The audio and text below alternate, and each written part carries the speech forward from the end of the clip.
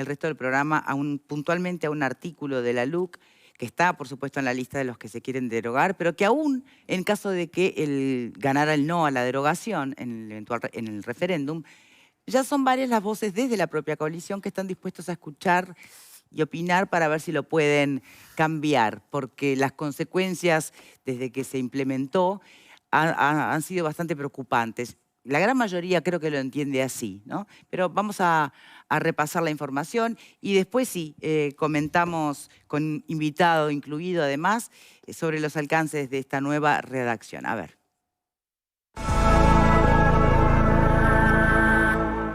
¿Tú estás a favor de este artículo? Mira, me lo han preguntado en un semanario. Yo tengo reparos con este artículo. Sin duda tengo reparos con este artículo. Creo que es algo que hay que corregir eventualmente. Porque bueno, como les decía al principio, en lo que tiene que ver con la situación penitenciaria hay mucho para mejorar.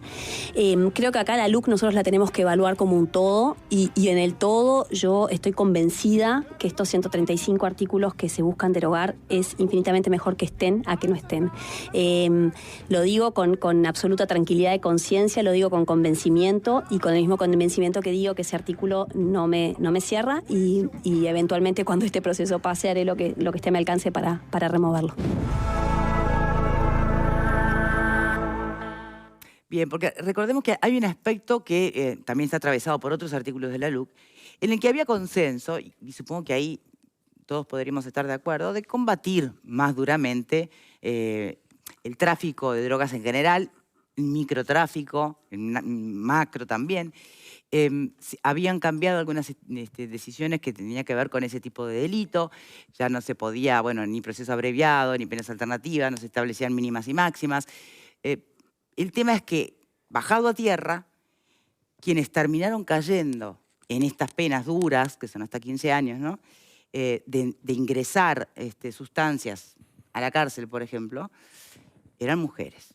Entonces, claro, eso generó mirar un poquito más en profundidad cuál es el contexto y el escenario y por qué está pasando esto.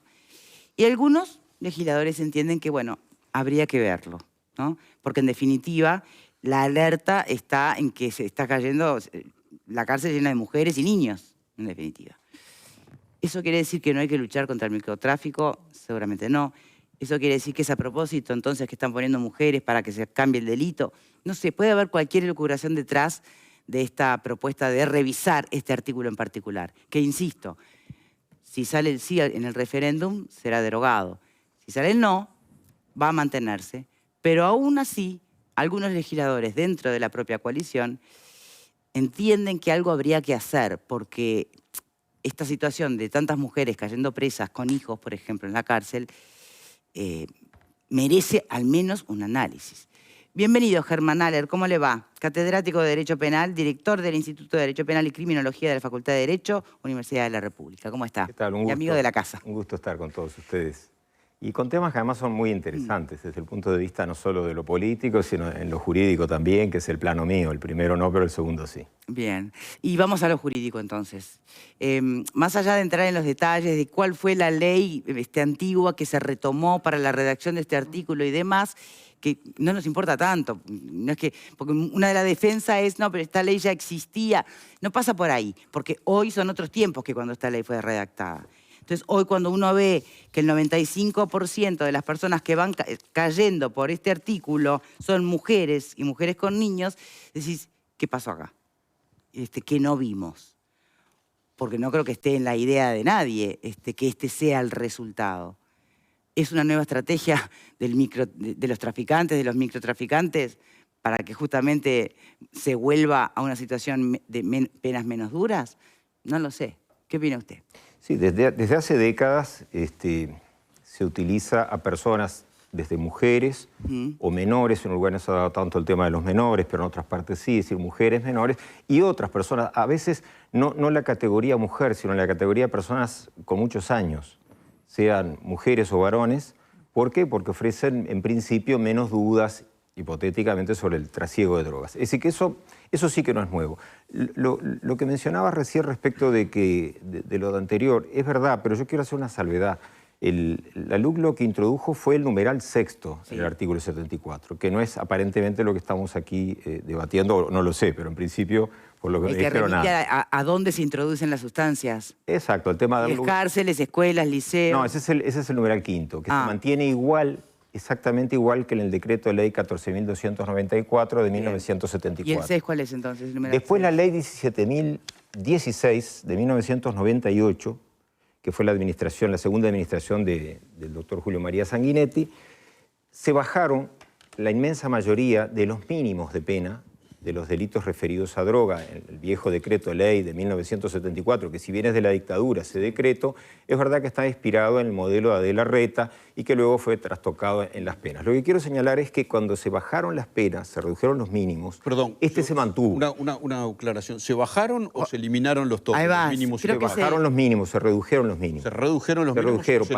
Pasaron a ser de, por ejemplo, 2 años, para no analizar cada uno, de 2 años a 20 meses, lo cual... para las personas que trabajamos en el campo del derecho penal, significaba en aquella época la posibilidad de procesamiento sin prisión. Hablo del código anterior, por lo tanto utilizo el lenguaje de esa época. Ese procesamiento sin prisión o con prisión, pero estar unos meses sin poder acceder mucho más rápido a la libertad. Ese sistema se mantuvo, en definitiva el del artículo en cuestión, que es el 36, se mantuvo. Ese tenía la pena que iba de 4 años a 15 años. Es decir, que lo que tenemos en la LUC en ese aspecto no mutó. Advierto desde ya, desde el punto de vista técnico, académico, más allá de cualquier ideología, porque han cambiado los integrantes, han fallecido, se han retirado, ha sido unívoco el rechazo a una punición, más allá de que el tope de 15 años sea muy elevado, el de 4 es exasperantemente elevado, el mínimo. Tiene un mínimo demasiado elevado. ¿Por qué traigo esto a colación? Porque la LUC lo que introdujo, más allá del sexto numeral, que si quiere lo charlamos, pero no sería aparentemente lo que acabo de ver como comentario, la LUC lo que introdujo fue en la parte procesal cambios que inhibían el acceso a la libertad anticipada de ese tipo de personas, más el tema de la remisión de pena. Bueno, no lo voy a tallar todo porque de repente a la mayoría del televidente pero sí era una forma de atacar y disuadir la comisión de ese delito puntual. Bueno, lo que se lograba, ¿no? La palabra atacar o no, yo la entiendo, pero me produce cierta urticaria, porque los sistemas más represivos en drogas, no porque lo diga yo, sino por ejemplo John Findlater, que fue el segundo de la DEA durante añares en Estados Unidos, fue a final de los 90, pero igual es válido al término de su gestión, dijo que por la vía de la represión no habían logrado prácticamente nada y nada se iba a conseguir. Entonces no es la afirmación nuestra con un debate de otra índole, sino de los propios actores en Estados Unidos. Yo creo que la vía de la represión no es lo más eficiente, pero hay gente que piensa lo opuesto y bueno, es válido al fin. Yo qué sé, el legislador ha optado en parte por ese camino contradictoriamente en Uruguay, con severas contradicciones a lo largo de las distintas administraciones, incluso entre la propia.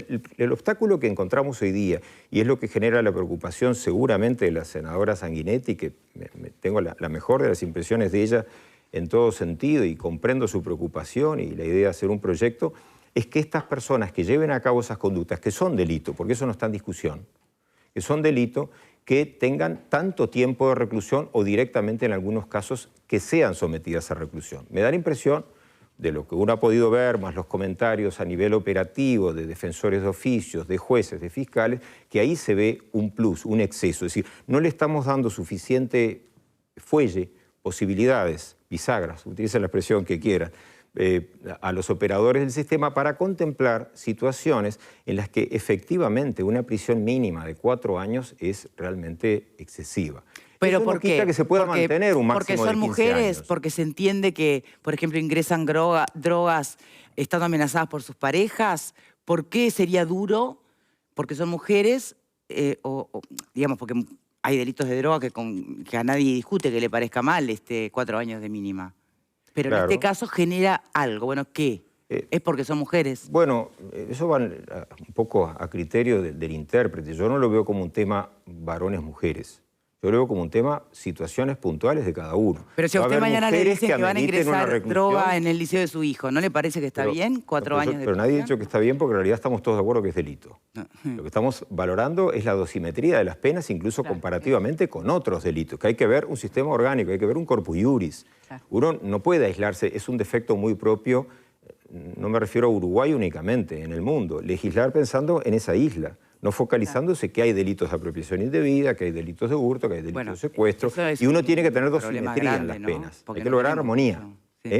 Ese ha sido un problema siempre. Siempre, por eso es importante, Uruguay lo que tiene que hacer es codificar, hacer un nuevo código penal. ¿Se acuerdan que te daban por matar a alguien lo mismo que por una rapiña? O sea, o había algo...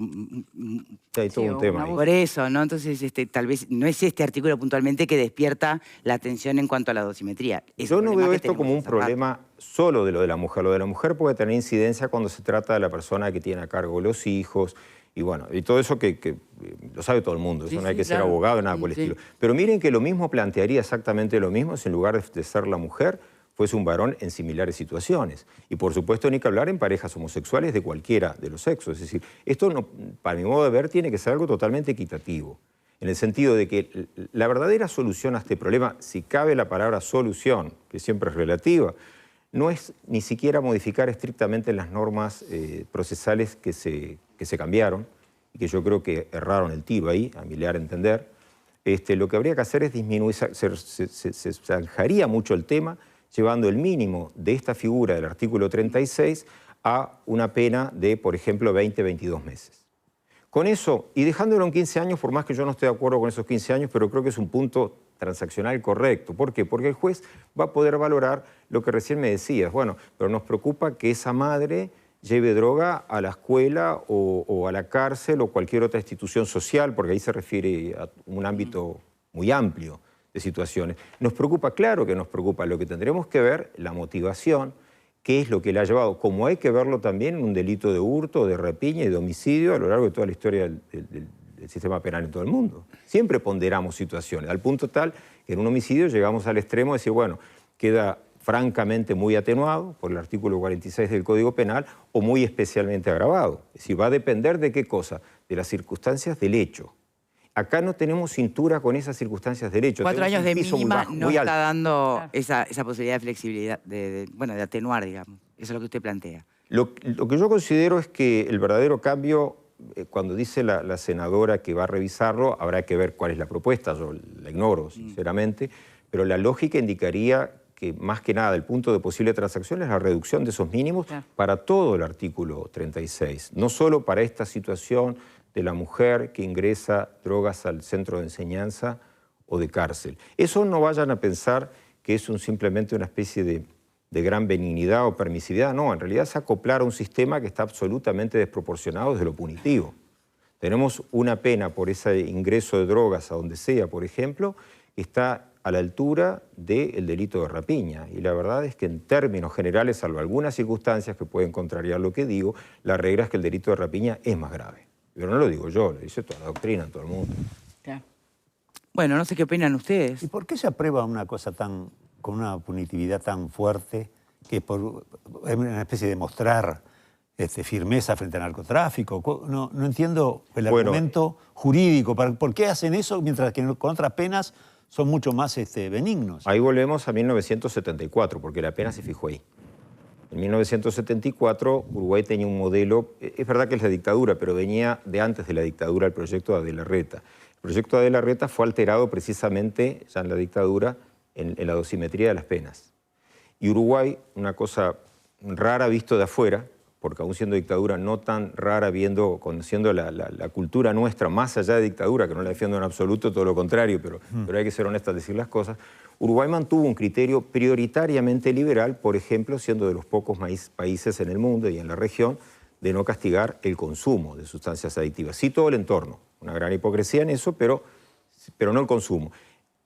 Y estableció una serie de penas que las elevó al modelo de Adela Reta y entonces casi todos los operadores del sistema recurrían, cuando digo casi todos no es solo la defensa, los propios fiscales trataban de llevar la conducta a la vía de la asistencia, es decir, a una conducta potencialmente escarcelable, más allá de la pena que luego se fijase. ¿Qué quiere decir? Que había una jurisprudencia que modificó en cierta medida el exceso legislativo.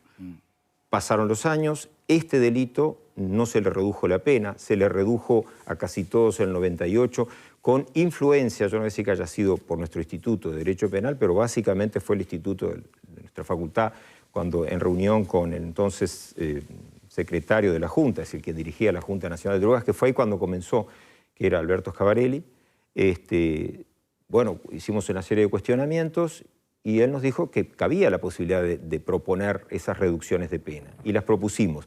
No fue solo por nosotros, hubo muchos otros operadores que incidieron. Nosotros tuvimos quizás el grito inicial y efectivamente el legislador con buen criterio bajó casi todo, pero mantuvo Creo yo, modestamente, que fue un error y que había que haberlo reducido. Ahora lo que enfrentamos es, con la misma pena, un sistema procesal que no permite acceder a otros dispositivos para disponer la libertad. Entonces ahí es donde se desfasó completamente. Una solución es cambiar las normas procedimentales. Yo creo que no es la mejor. La otra solución, o las dos al mismo tiempo, cambiar las normas procedimentales, admitir la libertad anticipada que no se admite en estos casos, la remisión de pena, pero además también reducir el mínimo. Vos decías, bueno, ¿cuál ha sido el criterio para esto? Y bueno, el criterio en Uruguay ha sido contradictorio. Un país que por un lado saca hace no muchos años una ley sobre la cannabis sativa, la marihuana, una ley con contradicciones, con idas y venidas, que no convence mucho, porque no convence al más restrictivo en el tema de drogas, porque libera en el campo de la marihuana, y que nada convence al verdadero liberacionista, porque dice, no, pero esto es una muestra. La verdad que era un ensayo, bueno o malo, lo conozco bien, en su momento consultaron las academias y todos opinamos. La opinión nuestra y la personal mía fue que si se iba a liberar, había que liberar casi todo, lo que no quiere decir todo, y soy totalmente contrario al uso de ese tipo de sustancias y que yo sepa no los he usado. ¿Liberar qué? ¿Liberar todas las drogas? ¿Eso quiere decir? Sí, someterlo a los regímenes de control que tenemos para el tabaco, para el alcohol. Liberarlo quiere decir eso, no quiere decir que se haga cualquier cosa. Lógicamente hay sustancias adictivas que no se pueden liberar. Uno no puede liberar completamente sustancias tales como el paco, el éxtasis o la pasta base y otras que van surgiendo, famosas pastillas azules y un montón de cosas más. Eso no se puede. Dice, bueno, pero ¿y es que a usted le parece bien que eso se libere así? No, no me parece bien. Tampoco me parece bien el uso excesivo de alcohol ni de tabaco, pero tenemos que convivir en una sociedad de riesgos, como decía Ulrich Beck, y tiene razón, y al mismo tiempo tratar de respetar ciertos espacios de libertades que son nocivas para esas propias personas, cumpliendo el mandato constitucional en el sentido de que si bien cada cual tiene la carga de cuidar su salud y una obligación social, también tiene la libertad de autoadministrarse. En fin, es un tema que roza aspectos filosóficos. En esa libertad de autoadministrarse, ¿no? En esa supuesta libertad de autoadministrarse, volvamos al tema del narcomenudeo. ¿Qué imagina usted puede ser más disuasivo de cometer este tipo de delitos? ¿Que reduzcan la mínima o que se permitiera recuperar la posibilidad de una pena alternativa o de redimir pena por estudio y trabajo o poder volver al proceso abreviado? Ninguna de las dos fórmulas es para reducir la actuación de esas personas. Como también diría que la opuesta, el incremento, claramente no lo ha sido, ¿no? Es decir, hay cuestiones que están claras. Si nosotros sabemos empíricamente, siempre con margen de error, nadie es propietario de la verdad acá, y que de algo, una verdad absoluta, seguramente está mintiendo. ¿Y cómo sabemos que no ha sido bueno, porque este aumento concreto, estas últimas modificaciones? Si tenemos un ingreso cada vez mayor de droga, con muchas menos posibilidades de obtener la libertad, para el caso de que la persona queda captada, queda claro que la persona no conoce la norma y o no le preocupa o piensa que nunca le va a ocurrir. En fin, hay un montón de avatares porque nosotros no tenemos que pensar con la mentalidad quizás de lo que hacemos muchos de nosotros en nuestra vida cotidiana. Personas muchas veces cuando salen a rapiñar o a matar o cualquier otra conducta, muchas veces ni siquiera se plantean la hipótesis de si la pena es mayor o menor. Hay márgenes que sí, pero son campos reducidos. Es decir, no es verdad que el delincuente vaya leyendo el Código Penal para ver qué delitos va a cometer. En un tiempo muy remoto uruguayo, yo recuerdo haber conocido individuos que decían, yo soy ladrón, pero no soy rapiñero, porque si me agarran, y hacía todo el razonamiento, lo vi en el penal de Punta Carretas, lo vi en Miguelete, hablando con ellos. No existe más eso, prácticamente. Pero ¿y por qué no? Porque no tienen esa mirada. Generalmente, estamos hablando de, como todo promedio, es injusto, ¿verdad? Pero generalmente lo que uno ve son gente básicamente joven, más allá del sexo, y no hace una gran proyección, ni siquiera hace una gran proyección de su vida futura. No está pensando cuando mis hijos crezcan, o sea, menos compromiso con la vida. Entonces, no quiero que mi hijo me vea siempre como un ladrón y quiero robar para conseguir dinero y poner un negocio. Ese razonamiento algo habrá, es muy poco. Bien. Cualquiera que conozca el paño sabe que muchas veces pueden ser víctima y victimario en cuanto a que son muchas veces personas que tienen problemas con las adicciones. Sí, sobre todo en la temática que estamos abordando. Exacto. Está muy mixturado, lo cual también torna, yo me atrevo a llamarlo de injusto justo en lo social, que el resto lo tendrá que decir el legislador y no yo, pero para mí es injusto desde lo social que esa persona tenga una pena tan elevada más allá de que haya delito. Yo creo que no hay que renunciar a que sea delito, lo que sí hay que moderar distintos mínimos de pena. Bien, ¿qué opinamos por acá? Escucho al doctor y aprendo. Y sobre temas jurídicos uno lo único que puede hacer es aprender, pero a mí se me ocurrió pensar algo, como que esta problemática tiene como dos planos. Uno es el plano de que estábamos hablando de las mujeres pobres, mujeres con hijos, que muchas veces terminan recayendo, incluso algunas de ellas presionadas o extorsionadas desde los propios presos y terminan cayendo en estas prácticas. Algunas tendrán esa condición, otras no tendrán, pero es el plano de lo sensible, de lo emocional, ¿no? Pobres mujeres que llegan. Y otra es el plano de la seguridad. Y en el plano de la seguridad es cierto que desde la aplicación de la LUC y de esta normativa aumentó un 60% la población carcelaria femenina, que representa el 7% de la población carcelaria total, pero había 600 mujeres, 650, y hoy hay más de 1.038. Es decir, hay un encarcelamiento y la gran mayoría de los delitos de las mujeres tienen que ver con el narcotráfico, o con el microtráfico. O sea que estamos frente a un problema sin lugar a dudas, y lo que algunos dijeron en su momento, que esto iba a aumentar la población carcelaria, es cierto. Ahora, yo la pregunta que hago es, yo entiendo lo de reducir la pena, ¿no? Que sea penado y que sea. Pero previo a esta solución, es decir, que haya 1.038, 500 mujeres más presas, quiere decir que hay 500 mujeres, o 250 o 300 mujeres, la mitad que estaban en el microtráfico, que hoy no están, que están presas y que estaban en el microtráfico.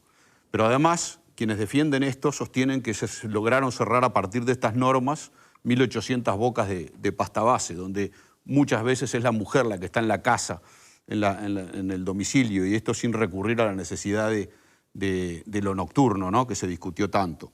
Es decir, hay menos bocas de droga o se combaten más fuertemente, hay más mujeres que estaban en el microtráfico presas. O sea, la LUC está dando algún resultado en el sentido de que se lo propuso. Y antes, y acá le hago la pregunta, antes de esto, antes de la LUC, las mujeres zafaban, en su gran mayoría zafaban, o por la suspensión condicional del proceso, o los procesos abreviados que habilitaban la libertad vigilada o la libertad a prueba antes, mayoritariamente zafaban. O sea, era muy fácil. ¿Por qué voy a detenerme a ingresar droga a la cárcel o tener una boca de pasta base si voy a zafar muy fácil? Yo creo que esto y este endurecimiento de la pena lo que hace es no solo penar, como usted dice que hay que penar, sino además buscar el desestímulo.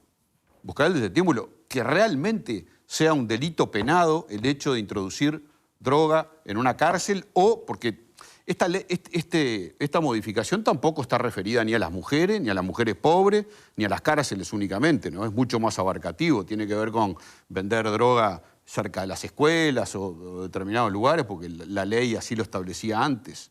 O sea, pero ¿cuánto hay, perdone lo extenso, pero le ratifico la pregunta, cuánto hay de desestímulo en esta nueva norma y cuánto había de zafar en la norma anterior? Bueno, sobre eso, para contestar, no pensando solo en este programa, sino para contestarlo a todos los niveles, tendríamos que tener un estudio estadístico y criminológico que hasta donde yo sé no hay. Es decir, que estamos de todas maneras en un campo especulativo. Lo que uno puede afirmar es que esto no ha criminalizado más conductas. Cuidado con esto porque no es lo mismo. Hay que tener cuidado a veces con cómo utilicemos. No lo digo pensando en usted, digo en cualquiera. A mí también se me escapa eso y es un error. Acá lo que tenemos es una mayor inhibición para obtención de la libertad de personas sometidas a esas mismas causas penales. Entonces, si esto ha desmotivado conductas criminales, que es parte de la pregunta que usted me hacía, por lo menos lo que en un tramo mencionó, no sé si le servirá como respuesta a lo que usted planteaba, pero de todas maneras, si esto ha servido para desestimular a conductas criminales, a priorísticamente no como verdad absoluta, diría no.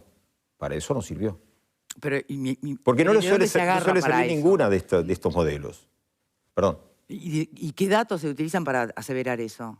Porque en Porque no definitiva... se dejaron de cometer. La estadística que tenemos No, ahora. bueno, no, pero a ver, capaz que no entraban mujeres antes porque tenían penas alternativas. pero eso porque- sí se pero puede el delito medir. ¿Se sigue cometiendo o se...? No, las Pero eso sí se mujeres, puede las medir. mujeres que eran captadas antes nos referimos pensando en los cambios procesales, no en los penales sustantivos, porque eso no cambió. En los procesales. Previo, por lo tanto, a la ley de urgente consideración, Sí. previa a ello, las mujeres eran imputadas en la medida que eran captadas. Dependía de la prueba, pero es la misma prueba que ahora. Claro. Dependía de la actuación policial. Siempre hay diferencias, pero había actuación policial. Se podría decir si era mejor, peor, pero el verdadero cambio cuantitativo que visualizamos no es porque se ha captado más en función de esa disposición legal, sino porque no se las libera. Sí está una parte que mencionaba muy bien ustedes, y bueno, si se han desbaratado muchas más bocas de expendio de drogas o lo que sea, hay una mayor eficiencia operativa y eso se traduce en más causas. Sí, seguramente sí, pero con la salvedad de que de todas maneras de esas conductas, para mí, opinión personal, no tiene que ser compartida por nadie, ni más válida que la de nadie, pero yo creo que en muchas de las causas que tenemos, no me animaría a decir porcentajes porque habría que conocer mucho más los expedientes, ¿no? Pero muchas de las causas que tenemos, pese a que es adecuado que haya delito, son personas con las que realmente no tendríamos que someterlas a un sistema reclusorio. Y estoy pensando en las de más abajo, y no en personas que teniendo todo delinquen así, y en donde sí se puede justificar una pena mucho más elevada que la de 4 años. Perdón que quería decirme algo. No, pero yo solamente porque me quedó sin contestar cómo era antes, con la suspensión de las penas, con todo eso que permitía, porque puede ser, como usted dice, que la LUC no haya desestimulado más, pero lo que sí es cierto que es muy probable que lo anterior a la LUC haya estimulado más, en el sentido de que es tan fácil que no me pasa nada. Yo no lo veo tan así. Es una posición muy respetable la que deduzco de su pregunta, pero no me seduce. No usted, me refiero a la pregunta. ¿Por qué? Porque en realidad eran delitos. Y si se aplicaba una suspensión condicional, quiere decir que hay una actuación judicial y que hay una condena. Que la condena sea reclusoria o no, eso es otro cantar. También nosotros tenemos un gran problema que lo vemos no solo en esto, en muchos otros temas. No pretendo dispararlo el asunto para todos lados, pero la verdad que tenemos un gran problema con el referente comunitario social de que solo hay pena cuando alguien va preso, lo cual en el mundo, llamémosle, de nuestra cultura occidental, europeo-americana, porque era europea, pero América ha influido mucho en Europa también en la actualidad. Nuestra cultura, a esta altura, más del 50%, bastante más, pero digamos más del 50% de las penas es pena y no hay reclusión. Y en cambio en Uruguay seguimos con una mentalidad, porque no es la del juez o la del fiscal o la del abogado, ni siquiera la del policía, que lo tenemos más cercano al tema, de que solo hay pena cuando la persona va presa. Si paga una multa o hace un trabajo comunitario, no. En muchos de estos casos, seguramente, si hablamos de mujeres, podría ser de otros, pero si hablamos de mujeres, lo más adecuado sería que esa persona tenga otro tipo de actividades, de tareas, que reciba cursos de formación y, entre otras cosas, que reciba cierta ayuda para que no le resulte casi equivocadamente indispensable hacer el trasiego de drogas para sostener ese hogar. Todo es purio, pero que no debió pasar. A eso me refiero. Sí. Pero me parece que el punto está en no tomar esto como hombres, mujeres, sino que, bueno, las mujeres y los niños fueron el rostro de una política que se pensó desde, bueno, demos una señal de mano dura al narcotráfico y que jurídicamente creo que lo que hizo fue recortar posibilidades de que quienes aplican el sistema de justicia vean que no es todo lo mismo y tengan un abanico para poder aplicar las penas, porque me parece que no es lo mismo, si quieren hablar de las mujeres, hablamos de las mujeres, pero no es lo mismo una mujer que lidera una banda en determinado barrio de la zona metropolitana de Montevideo a una mujer que está ingresando algunos gramos de marihuana para su marido que está en la cárcel. Me parece que no es lo mismo y justamente esta modificación hizo que desde el punto de vista penal sea lo mismo. De todas maneras, también creo que hay una gran hipocresía en el sistema, ¿no? Porque tenemos un sistema, por ejemplo, carcelario. Acá hemos tenido varios invitados que tienen que ver con autoridades carcelarias que admiten que no se puede dejar de ingresar droga a la cárcel porque el sistema colapsaría. Entonces me pregunto, ¿y quién ingresa la droga que se consume en las cárceles?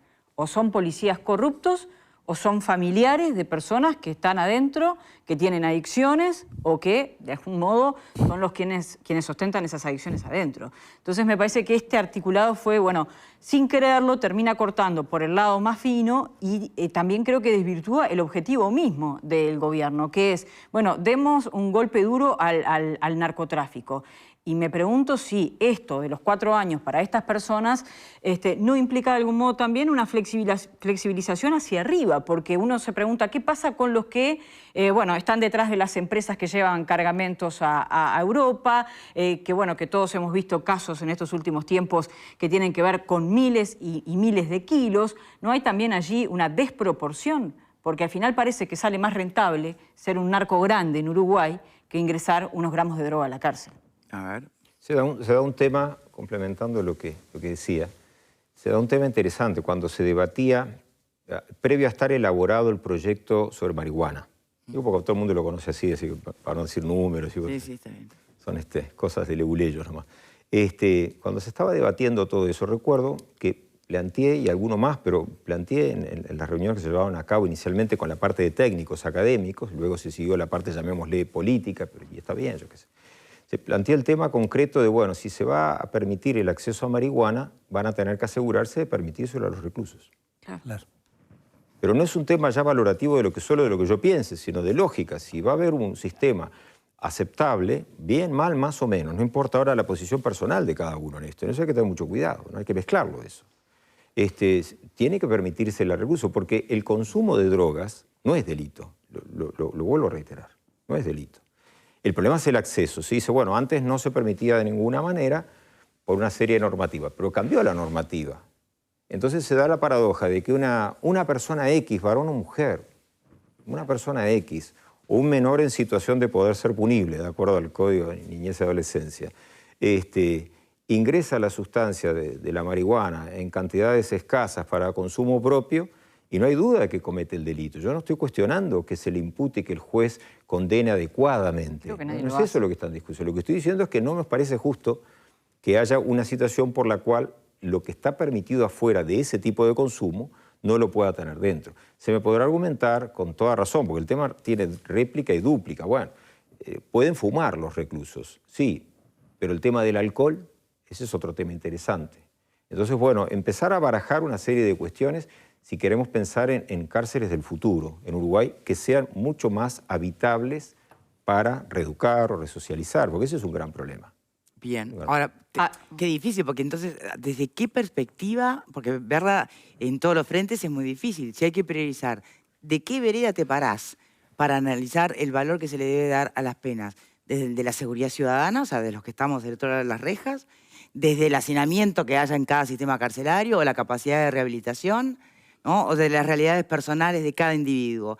Son tantas, ¿no? El equilibrio es muy delicado. Falta Ale. Bueno, es que a mí me parece que esa de alguna manera es la clave de todo esto cuando abordamos estos temas, ¿no? Profe, porque claro, primero que dejaste meridianamente claro dos situaciones con relación a esto. Cito textual, exasperadamente alto del mínimo es algo que no se le puede achacar a la LUC, según entiendo. No, viene de... ¿Verdad? 40 años atrás, 40 y pico. ¿Verdad? 70 y pocos, ¿no? Ya instalada la dictadura. Recientemente instalada la dictadura. Ahora, en todo caso, lo que termina, digamos, de armar el berrinche tiene que ver con que la posibilidad de la libertad anticipatoria, que era una herramienta que tenía el juez de turno para ver esta cosa más fina, el caso peculiar, ahora ya no cuenta.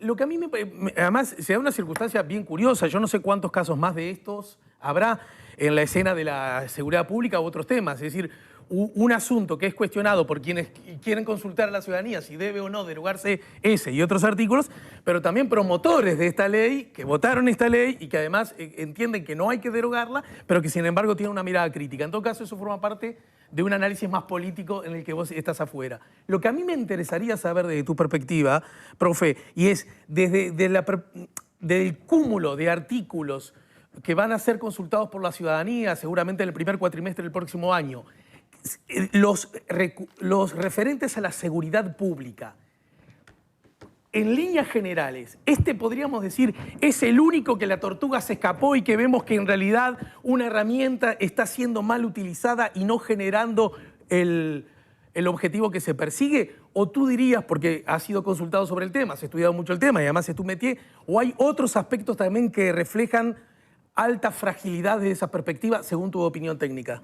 Y sí, hay muchos inconvenientes, pero lo que pasa es que a esta altura ya el debate se ha tornado estrictamente político, que es legítimo, porque somos un país político y afortunadamente y por mérito de los uruguayos estamos en plena democracia y eso, por lo tanto, está bien, pero no me compete a mí entrar en ese terreno. Lo que sí puedo señalarte, Alejandro, es que justo esto, en este punto exactamente, se da la paradoja de que la LUC, la incidencia que repercute en la modificación del 36 de la vieja ley sobre drogas, que es el 74 de la LUC, en realidad no es por este artículo.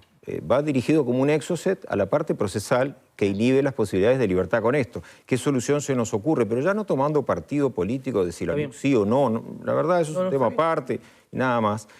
Sino directamente, ¿cuál puede ser la solución? Ley referenda para el propio legislador actual que incluso redactó y que propuso la LUC. Y para mí introducir una modificación en esto, sanear lo más posible la situación y dejar el otro debate en otro ámbito, porque acá puede lograrse, creo yo, quizás con cierta inocencia, pero se puede lograr un relativo consenso, porque ha habido una crítica más que repetida sobre la incidencia que ha tenido más que nada la modificación de lo procesal. Entonces, o se modifica lo procesal, como decía Victoria hace un ratito, o se modifica lo procesal para volver al sistema anterior, parecido al anterior, bueno, pónganle como quieran, o bajamos los mínimos.